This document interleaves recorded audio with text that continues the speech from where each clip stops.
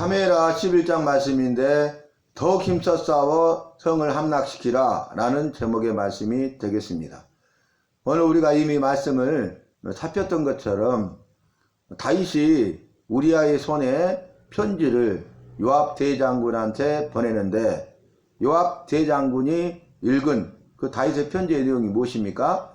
이제 전쟁 가운데 앞서게 하고, 우리아를 앞서게 하고 뒤로 물러나서 우리아를 죽게 하라. 그러니까 그 편지를 보낸 의도가 무엇입니까? 우리아를 죽게 하는 것이죠. 그 편지의 목적도 우리아의 죽음입니다. 정확하게 돌려서 말한 것도 아니고 정확하게 우리아를 죽게 하려 했기 때문에 요압은 그 편지를 통해서 다윗의 의도, 다윗의 의중을 정확하게 꿰뚫어 알게 된 거죠. 그래서 어떻게 합니까? 요압이 다윗 왕이 보낸 편지와 같이 이제 라빠성에 있는 싸움에 능한 용사들이 있는 곳을 알고 그것을 택하여 성 앞 가까이 가서 싸우되 우리아를 두고 뒤로 물러납니다. 그래서 다윗의 부하들 몇 사람과 그리고 우리아도 죽습니다. 다윗이 의도한 대로 된 것이죠.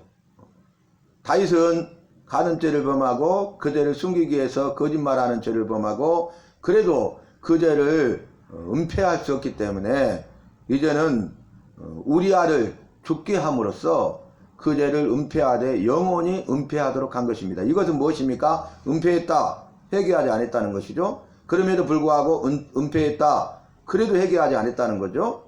그리고 그 영원토록 은폐하고자 했다, 그것은 끝까지 회개하고자 하지 않은 거예요. 그래서 결국 보면은 이제 간음죄와 거짓말하는 죄를 범하고 살인죄를 범한 다윗, 그 죄를 은폐해요. 이 일에 관계된 부하들은 다 누구나 알고 있죠. 그러나 쉬쉬하고 누구도 그 말을 하지 못합니다.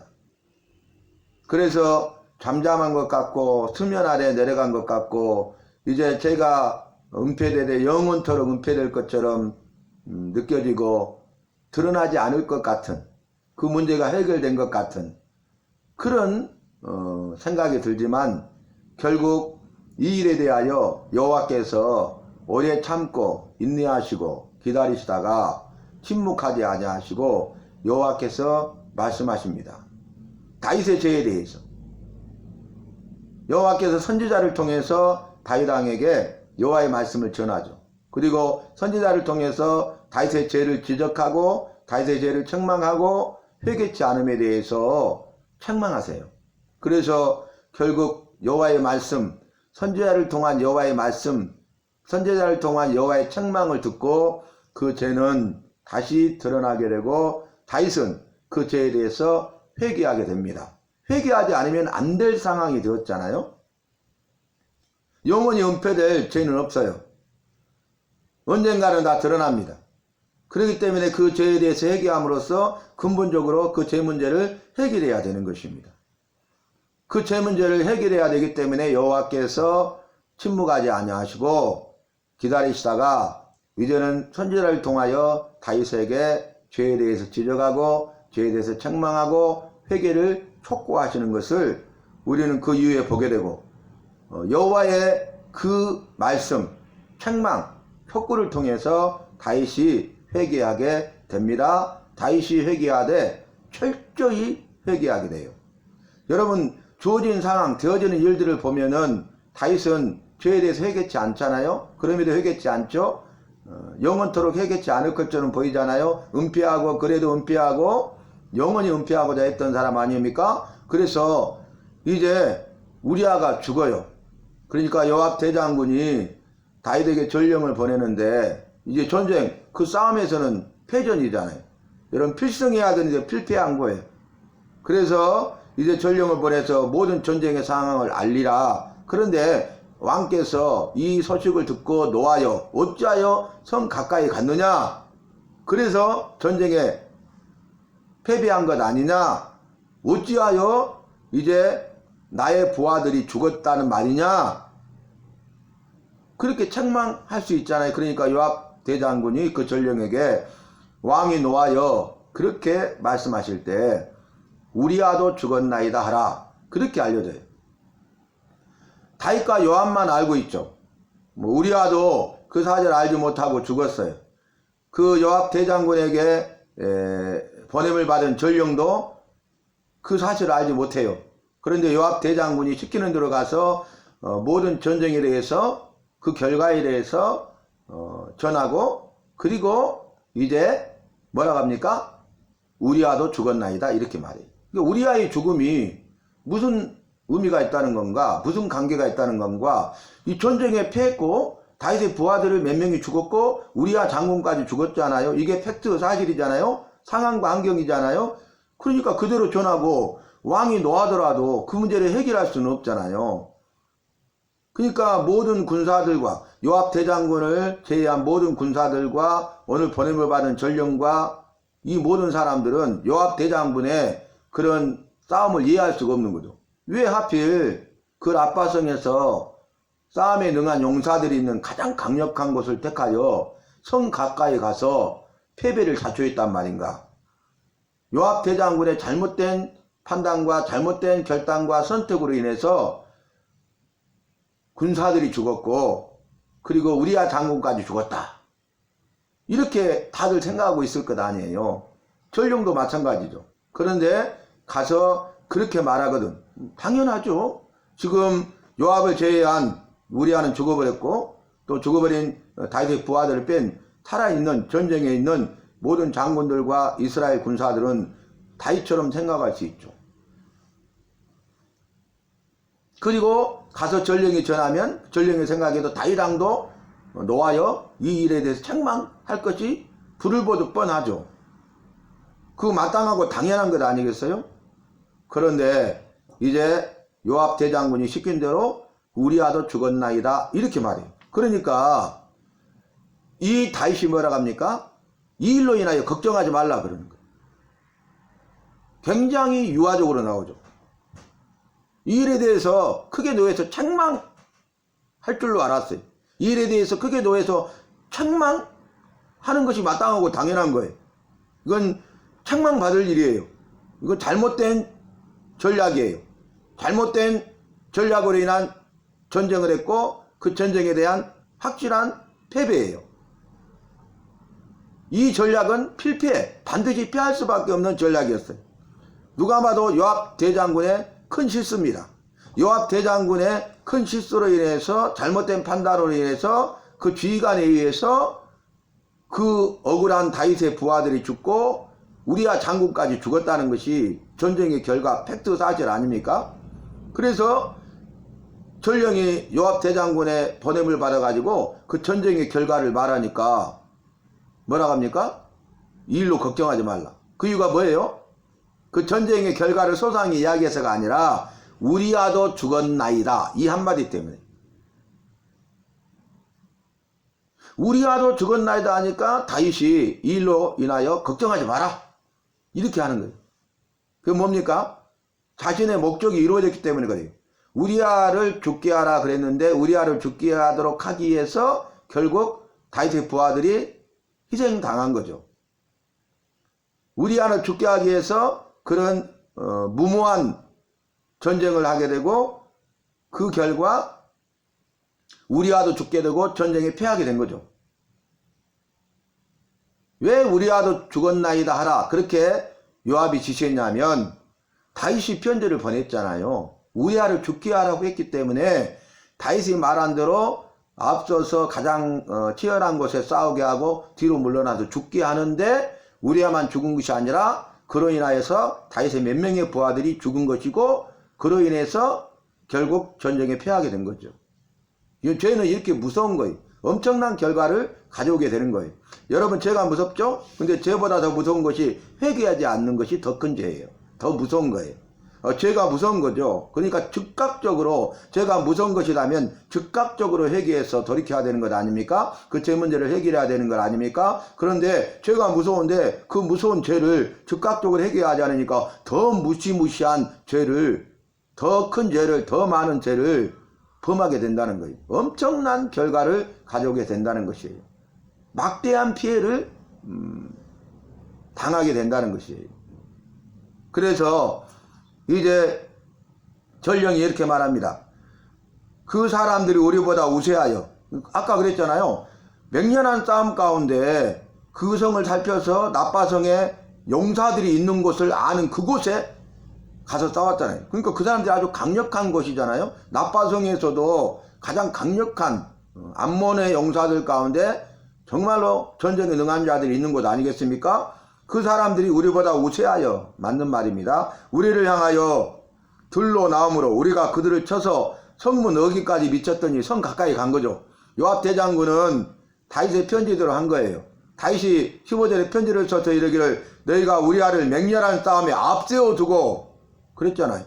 너희는 뒤로 물러가서 그로 맞아 죽게 하라 그랬겠죠. 그래서 성문 어기까지 미쳤더니 활 쏘는 자들이 성위에서 왕의 부하들을 향하여 쏘매 왕의 부하 중 몇 사람이 죽었어. 활을 맞고 죽었네요. 다윗의 부하들 몇 사람이. 그리고 왕의 종 햇사람 우리아도 죽었나이다. 여러분 여기 보면 우리아도 죽었나이다. 그 앞에 말씀과 달리 이번에 24절에서는 어떤 수식어가 있습니까? 왕의 종 햇사람 우리아. 여러분 우리아는요 햇사람이에요. 이스라엘 사람이 아니에요. 이방인이에요. 이방이었던 이 우리아가 이스라엘과 함께하고 다윗과 함께했다는 거예요. 이스라엘 사람도 아닌 그 우리아가 다윗과 동고동락을 같이 하고 생사를 같이 하고 다윗을 위해서 목숨을 걸고 다윗을 위해서 목숨을 걸고 수많은 전쟁을 했고, 그리고 우리아가 이 암몬의 큰 성 수도인 나빠를 함락시키는 전쟁에도 싸우고 있었다는 거예요. 그런데 그 햇사람 우리아는 왕의 종입니다. 여러분 주인이 종을 죽이는 것이죠. 주인이 이럴 수 있습니까? 햇사람 우리아는 다윗 왕의 종으로서 목숨을 걸었어요. 그래서 그는 다윗 왕에게 있어서 충신입니다. 그 주인에게 있어서 충성된 종입니다. 착하고 충성된 종이도 그러면 주인이라면, 올바른 주인이라면 주인이 마땅히 착하고 충성된 종에게 착하고 충성된 종아 네가 잘하였으니 주인의 즐거움에 참여할지어다 이렇게 하는 것이 마땅하고 당연한 것 아니겠어요? 칭찬하고 상을 주는 것이 마땅하고 당연한 것 아니겠습니까? 그런데 우리아는 종으로서 주인된 다윗 왕에게 충성했고 의를 행했지만 다윗은 그 모든 것을 불의로 갚은 것입니다. 어떻게 보면 온수로 갚은 것입니다. 햇사람 우리아는 아무것도 모르고 죽었어요. 자신의 아내 밧세바가 다윗 왕과 동침한 것도 몰라요. 간음죄를 범한 것도 몰라요. 그래서 임신한 것도 몰라요. 그리고 요압에게 편지를 써서 죽게 하라고 한 다윗의 편지의 내용도 몰라요. 그리고 전쟁에 임할 때에도 자기가 죽을 줄 모른 거죠. 그리고 그 전쟁에 임했는데 다 물러서고 결국 남은 몇 사람이 죽게 되는데 우리아가 죽게 되죠. 그 사실을 전혀 모르는 거예요. 그러니까 억울한 사람이, 의로운 사람이 죽은 것입니다. 무엇 때문에요? 다윗의 죄 때문에. 무엇 때문에요? 다윗이 죄를 범하고 회개하지 않았기 때문에. 여러분 죄를 범하지 않으면 이런 일이 없죠. 간음하는 죄를 범했을 때 회개하면 거짓말할 필요도 없죠. 또 거짓말이 실패했을 때 그때라도 회개했다면 살인죄를 범하지 않았을 것 아니에요. 그 죄가 이렇게 무서운 것입니다.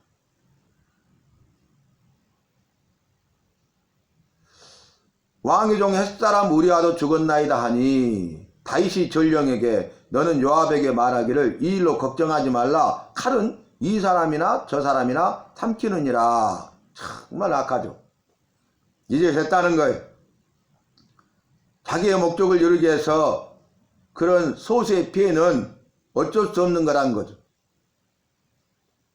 이 사실을 사람들이 알게 되면 어떻게 될까요? 사람들은 모른다 할지라도 살아계신 여호와께서는 이 모든 일을 다 알고 보고 계세요. 그래서 나중에 선지자를 통해서 죄에 대해서 지적하고 책망하고 그 다음에 회개하기를 촉구하신 것입니다.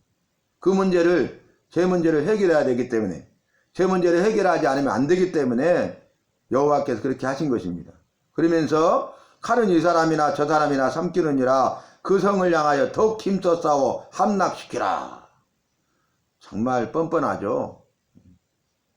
자기 죄로 인한 것이고 다윗의 부하들과 우리아가 죽었다면 자기가 전쟁에 참여하거나 양심의 가책이 있으면 철군해야 될 것 아니에요. 그런데 그 성을 향하여 아무 일도 없는 것처럼 뻔뻔하게 그 성을 향하여 더욱 힘써 싸워 함락시키라 하여 너는 그를 담대하게 하라 하니라. 이렇게 말씀을 마치고 있어요. 여러분, 우리가 이 말씀만 보면 다윗이 전쟁에 실패한 그들의 부하들을 너그러운 사랑으로 용서하고 오히려 책망하지 아니하고 힘을 북돋아주고 그러면서 용기를 북돋아주면서 그 성을 향하여 더욱 힘써 싸워서 함락시키라, 담대하라, 이렇게 한 것처럼 보이잖아요. 표면적으로는. 이 진실을 모르는 사람들은 이 표면적인 것만 보면은 야, 역시 왕 다윗랑은 다르다, 그렇게 생각할 것 아니. 그러나 표면적인 것만 중요한 것이 아니라 그 내면에 있는 것들, 숨겨진 사실들이, 숨겨진 죄, 해결치 않는 그 일들이 무서운 것이에요. 겉과 속이 다른 거죠. 그래서 예수님께서는 서기관과 바리새인들에 대해서 말씀하셨잖아요. 그들은 자기의 의를 드러내고 자랑했던 사람 아닙니까? 그런데 의롭다고 한 그들에게 해칠한 무덤 같도다 그랬어요. 겉으로는 의로워 보여요. 여러분, 무덤 봉분인데요, 해를 취해가지고 정말 아름답게 꾸며놨어요, 겉은. 그런데 그 속에는 썩어 냄새나는 문드러진 시체가 있다는 것 아닙니까? 그러니까 자기가 의롭다고 말하며 자기의 의를 드러내는 서기관과 바리새인들을 향하여 겉만 보시는 것이 아니라 그 마음의 중심을 깨뜨려 보시는, 마음의 뜻과 생각을 아시고 마음의 중심을 깨뜨려 보시고 마음의 중심의 진실함을 원하시고 불꽃 같은 눈으로 감찰하시는, 마음의 뜻과 생각을 다 감찰하시는 그 예수님께서 그 중심을 보시기 때문에 너희는 해칠한 무덤 같도다, 이렇게 말씀하는 것과 같지 않습니까? 오늘 다윗만 그렇습니까? 우리도 그렇습니다. 나도 그렇습니다. 서기관과 바리새인들만 그렇습니까? 우리도 그렇습니다. 나도 그렇습니다. 그래서 우리가 죄를 짓지 아니하자고 죄가 무서운 것임을 알고 즉각적으로 회개해야 되겠습니다. 그리고 내 힘과 능력 의지하면 피할 수밖에 없기 때문에, 죄를 범할 수밖에 없기 때문에 회개하지 않을 수 있기 때문에 우리는 주의 은혜를 구해야 되겠습니다. 주님께서 은혜로 붙들어 주셔서 내가 죄를 범하지 아니하고 말씀대로 살아서 의롭고 선한 삶을 살게 도와주세요. 그리고 내가 죄를 범했을 때 성령께서 역사하셔서 내 마음에 감동하시고 말씀의 조명을 받아서 죄를 깨닫고 즉각적으로 회개하고 돌이켜서 말씀대로 살지 않았던 죄에 대해서 회개하여 다시 말씀으로 살아가게 해주세요. 어찌 되었던 날마다 순간마다 어디를 가든지 무엇을 하든지 말씀으로 살게 해주세요. 그리고 1년 365일, 아니 주님이 부르시는 그날까지 나의 일생 동안 내 인생 가운데 말씀으로 살고 다시 말씀으로 사는 사람이 되게 해주세요. 말씀의 사람이 되게 해주세요. 이렇게 은혜를 구하면서 날마다 약속의 말씀을 붙들고 기도함으로 응답받고 믿음으로 순종하여 승리하는 우리 모두가 되어야 하겠습니다.